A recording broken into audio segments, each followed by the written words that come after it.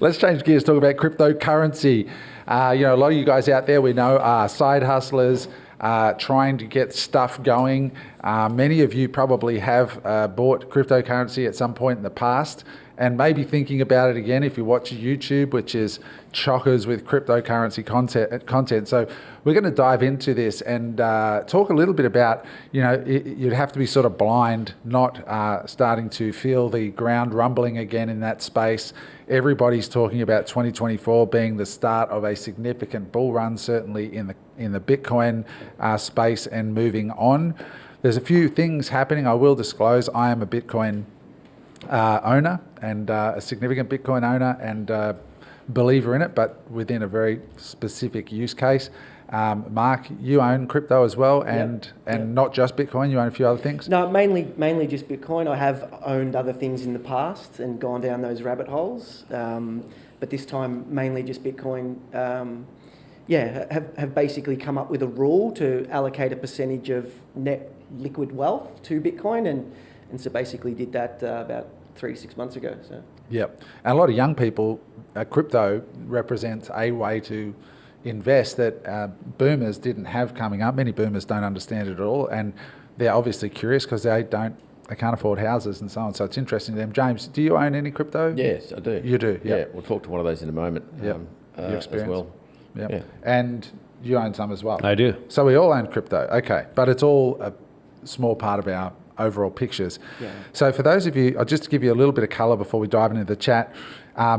There's a few things happening with Bitcoin at the start of 2024 that's all sort of converging together. The big one, of course, is the halving. So for those of you who don't know what the Bitcoin halving is an algorithm that is programmatically set. So it's basically a programmatic monetary policy as opposed to governmental policy with human beings that can be swayed or have motives such as getting elected again and human-controlled money presses. With Bitcoin, it's not.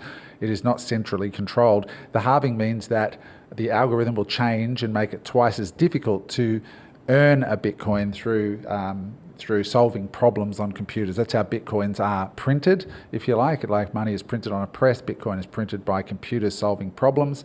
It's going to get twice as difficult, consume twice as much energy to acquire a Bitcoin, and that is the cost of it. It's called a proof of work network, meaning you get a coin when you can prove that you've done the work, which actually uses electricity and has a real cost associated with it. So the halving happens, I think it's in April. That's the first one. The second one is the Bitcoin ETF. So ETF stands for Exchange Traded Fund, and why this is important is because a lot of superannuation funds or big money managers cannot buy Bitcoin because it is not in their mandate or charter to buy unlisted securities or investments of that kind. When it becomes an exchange traded fund, which is managed by the likes of Fidelity or BlackRock or any of these big money managers like in Australia, an AMP or something like that, it means that these money managers of these super funds and big end of town retirement funds of the police officers in America, for example, the people responsible for those funds can go and buy into an ETF, which is direct exposure to the price of Bitcoin. So it's going to be an on-ramp for an enormous amount of capital that's been sitting on the sidelines that would look at, for example, the last 12 months ago, well, Bitcoin is the best performing asset in the last 12 months over the S&P, over real estate. It's up 150% this year. Now, we're not saying that those those big money managers are going to allocate 20 or 30% of their fund, that they might allocate 0.5% of the billions of dollars they manage. This is collectively billions and billions of dollars that will be looking to acquire some exposure to the asset if the ETF is approved. So that's another huge, big a milestone. And the other one this year is that the SEC, which is the equivalent of ASIC, I suppose, in Australia, the SEC, the Security Exchange Commission in the US, has been really proactive this year in cleaning out the major private, uncontrollable sort of players in the crypto space, aka Sam Bankman-Fried, who was head of FTX, who was a fraud, and of course CZ, who was the head of Binance. Sorry? Binance. Binance, of course, yeah. So Binance, so that he got fined tens of millions of dollars and has been put to the sideline. So now all the ducks are sort of aligned that, these cowboys have been sort of checked, and everybody's sort of tipping that regulation is about to come into the space, which is actually a good thing in order for big money to sort of come and play in the space. So, are we looking at, let's go to you first, Mark, are we looking at the start of a bull run? Just to put it in perspective, Greg, just throw up on the screen there. This is why I really want to have this discussion, because for the inexperienced out there, it's very easy to jump onto YouTube and look at headlines like these ones here, must buy before 2024, biggest bull market in history, the biggest crypto bull run, all these kinds of screaming headlines that these YouTubers use to make you feel like you're about to miss the best thing since sliced bread, otherwise called pumping. And I think we've all been victim to pumping in the past. But is it going to live up? Sorry, James. Eric's still on OnlyFans. It's still in OnlyFans. Eric's still with OnlyFans. Okay, we're talking about crypto now, boys. These pumping schemes and scams. So, Mark, what are your thoughts? Is crypto going to come back strong in 2024, or is this a case of sell the news and get out now? Yeah, I've got a few thoughts on this. First of all, in relation to the altcoins, I think we've all been there. I've lost 7 figures on altcoins in the last cycle, and I think that's part of everyone's rite of passage when understanding financial markets, to have that big loss. What is an altcoin? An altcoin is a coin that is not Bitcoin, so an alternative coin to Bitcoin. But I think I've said this in the past, I think Bitcoin largely is a forward-looking macro indicator. So when Bitcoin's rising, people are voting that the economic picture is going to start to look a little bit better. And when Bitcoin is going down, I think they're voting that the economic picture is going to start to look a little bit worse. So I'm trying not to get involved in the stories of the altcoins this time round, because I think we'll talk about this, a lot of the altcoins have been a bit of a grift. They don't really have a use case in the real world. They're just narratives, right? Whereas, and some could argue that Bitcoin is part of that narrative as well, but I do think that there's some compelling things that show its correlation with the business cycle. Maybe Greg can throw up the article on the Bitcoin ETF war. So Bitwise just put out an ad, and I think you're going to start to see these big money managers start to promote the ability to buy Bitcoin, and that's going to be net very bullish for the space. I think when the gold ETFs were first announced, the price of gold 10x'd. So I'm not saying that Bitcoin. I didn't know that. I'm not saying that. Can you repeat that? The price of gold actually 10x'd when the gold ETFs were first announced. And over what time, Mark? Do you know? I'll have to go back and have a look at it. But it basically increased. Gold went from like a whatever it was, 100 billion to 1 trillion or whatever asset over that period of time. But again, I think that it's going to run into the cycle. So if the cycle does start to turn down, we need to be a little bit careful. Something else that's really interesting, and we might be able to throw it up on the screen, is the non-zero addresses of Bitcoin continue to keep rising. So even in the downward cycles, people are still starting to adopt more and more Bitcoin. So you mean wallets that are people who've got a digital wallet? For those of you who aren't familiar with this terminology, a digital wallet is an online wallet, right? Or a cold storage wallet. But the number of addresses or places that people store Bitcoin, the amount of zero balance is the lowest it's ever been. There's more wallets with Bitcoin in it than ever before. Exactly. More and more people are opening a crypto wallet that allows them to hold Bitcoin. And that number has just steadily been increasing. So, that would be pretty positive for Bitcoin as well. So I think we might, but it's also worth exercising some caution, because, the price of Bitcoin has gone up over 100% year to date. Any other comments? I did a little bit of research in regards to the halving of Bitcoin. So in 2012 was the first and second halvings, and initially one Bitcoin cost $12 at that time. Yeah. And then it surged to 1,200, which was an increase of about 10,000%. And then you fast forward to 2016, which was the third halving, and Bitcoin was around 650. And then after the event, soared to $19,000 per Bitcoin, which was a 2,900% increase. And then the last halving, which was in 2020. So it's every 4 years, the halving. The most recent one in 2020 was an increase of 750% from 9,000, and it surged to 70,000. Obviously, we're not at 70,000 anymore, but you're talking US dollars here. we're talking US dollars. But as you can see, 2012, 2016, 2020, then going to 24, where's it going to go now?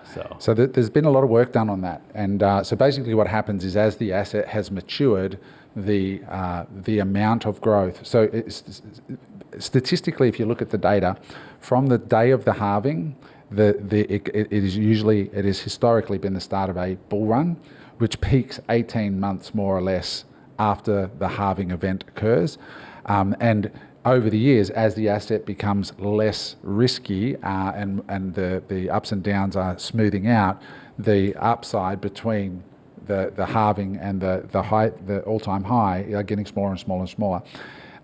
If you look at, if you do all the math and you account for the diminishing returns, and you were just to project forward, the best estimate's about 140, 150,000 per coin if history repeats itself, taking into account the diminishing returns on a percentage basis. So from March, April, 18 months from now, if it was to repeat, it would peak at around that 140, 150 US a coin. And today, as we're talking, it's at about 41. So that's where we are at the moment, just looking at it that way. Have you heard the school of thought that halving cycle also aligns with the US political cycle? I haven't, no. And the debt refinancing cycle. So a lot of the debt that the central banks issue that refinances every 3 to 5 years, which aligns with a US political cycle. So I think the school of thought is that just before an election, the person in power, obviously, or the party in power, wants to stay in power, and so they start opening the spigots of financial liquidity. That's interesting. Yeah. Yeah, very interesting, which sort of highlights why people do want to own an asset like Bitcoin, or what they call a hard asset, that's outside of that cycle. Exactly. For sure. James? Oh, just talking about crypto and has had its time in the sun, especially with some of the altcoins like Bitcoin's, correct if I'm wrong, that a store of wealth. It doesn't really have a utility. It doesn't do a great deal. It doesn't have any income. And it's as it originally was planned to do, was to be able to transact. Well, no one's using it for a transaction purpose at any great scale. But talking about altcoins, and most of them are a grift. Tore up a fair bit of money on myself. But if you look at with the advent of AI, and then look at some of these crypto. This is the thing, the difference between, is it a cryptocurrency or is it actually a security? Do they perform a service? What's the underlying utility behind them? And if you look at the second best, if not the number one altcoin in 2023, it's Render. The Render token, it's done 1,000% this year. Bitcoin's done 150, Ether's done 400, and it actually serves a real case in the for a decentralized platform for CPU cloud rendering solutions. And this project was pre-metaverse, so you wouldn't have even known about it. But and then obviously you got AI. 6 years ago when I had a look at it, AI wasn't even a thing. The metaverse wasn't a thing. Unfortunately, it's well positioned to offer decentralized GPU. So in plain language, what does Render do? It basically, for the metaverse, it's a huge amount of GPU space is required. So any latent, if you've got a computer at home effectively and you're not using your GPU at the moment, you plug into the Render network and it'll pull your power from your network and have a decentralized rendering network. So which is huge for machine learning, AI, metaverse. And you earn Render tokens. Correct. If you participate and allow the latent time of your computer CPU to be used by the Render network. Correct. And they then sell that. 100%. So there you have an end-to-end use case where there's money coming in for a commercial service that is then attributed to the token holders of Render. Absolutely. Okay, that makes sense. Yeah. But it's interesting what you're saying, though, about the advent of AI, because that, for me, was a real seminal moment in my journey as a crypto person. when AI came on the scene, it seemed like every single day there was another amazing use case for AI, right? Like my wife yesterday, for the first time ever, used ChatGPT, and she was like, "Oh my God, this is amazing! How long has this been going on?" I'm like, "Honey, it's been going on for a minute." And then I said, "Let me show you this," which was I use for our podcast here. We use a thing called Cast Magic, which basically we put in the YouTube clip of our podcast, and it writes 10 headlines, a LinkedIn post, an email to our database, a full description, time stamps, and everything. But it's all powered by ChatGPT. So when I saw AI come to the scene, I was like, crypto. There's how many, 20,000 tokens or something? Very, very, very few of them have any actual, they've had plenty of time to actually convert and become useful for something, but none of them have. And when Ethereum, and now I'm putting this on record, and this is the thing about a podcast, right? You go on record, but when Ethereum, because I used to own quite a bit, 7 figures worth of Ethereum, when DeFi went away, when you could sort of get a yield on your Ethereum, and when the NFT market went to the toilet, where it still is, I was like, well, what's the use case for Ethereum? How does it get used? And so then I got rid of my Ethereum because I was like, I cannot see they've had years to actually have a use case. And I held Bitcoin for a very specific reason, which I'm happy to talk about. But Mark. Well, it's like, how many of the latest AI applications that you've seen have tokens? So I think none, right? So None. I think the question is around the token element of these altcoins, whether the token is necessary or if it's just an under the table way to raise capital without triggering regulation, right? It totally is, Mark. In my opinion, it is 100% a way of avoiding regulation, of going through the regulatory rigor that ASIC or that our government bodies require for retail investors to be protected from scams. And it's a way of saying, hey, we're outside. It's a token. It's not a security or a share in a company. And I think that's the thing that we need to be careful of when we're getting, all enthralled with the latest altcoin as well, is that if people are choosing this method to raise finance rather than going the traditional route, well, maybe some of their other practices could be morally questionable as well, right? Not to cast that over everybody, but a vast majority, in my opinion, it's private entrepreneurs raising money for a fairly nebulous use case, very few of which have seen the light of day. Yeah. And that's why I say to people, if you're going to invest in Solana, do you know who these people are? Yeah.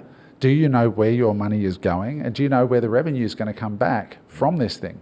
And the answer is always nearly no. The whole myth about decentralized and DeFi, most of these people have sources of power within those platforms that control most of the voting rights or most of the tokens. Yeah. So it's a bit of a myth. And most of the people want it, decentralized. No one can have power or agency over our coin.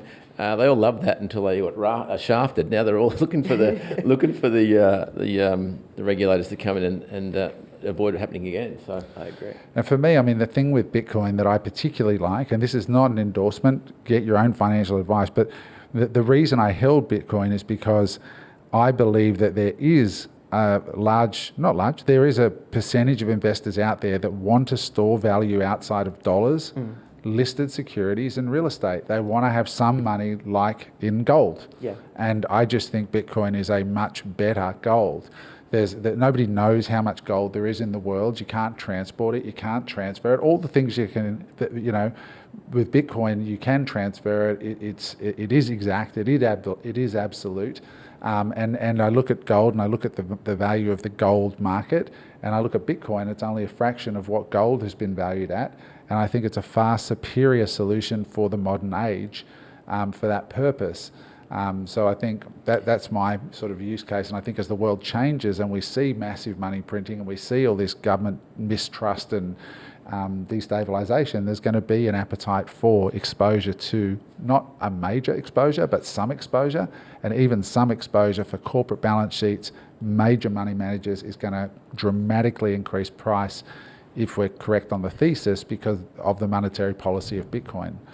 Hey there, I hope you enjoyed that episode of Unemployable.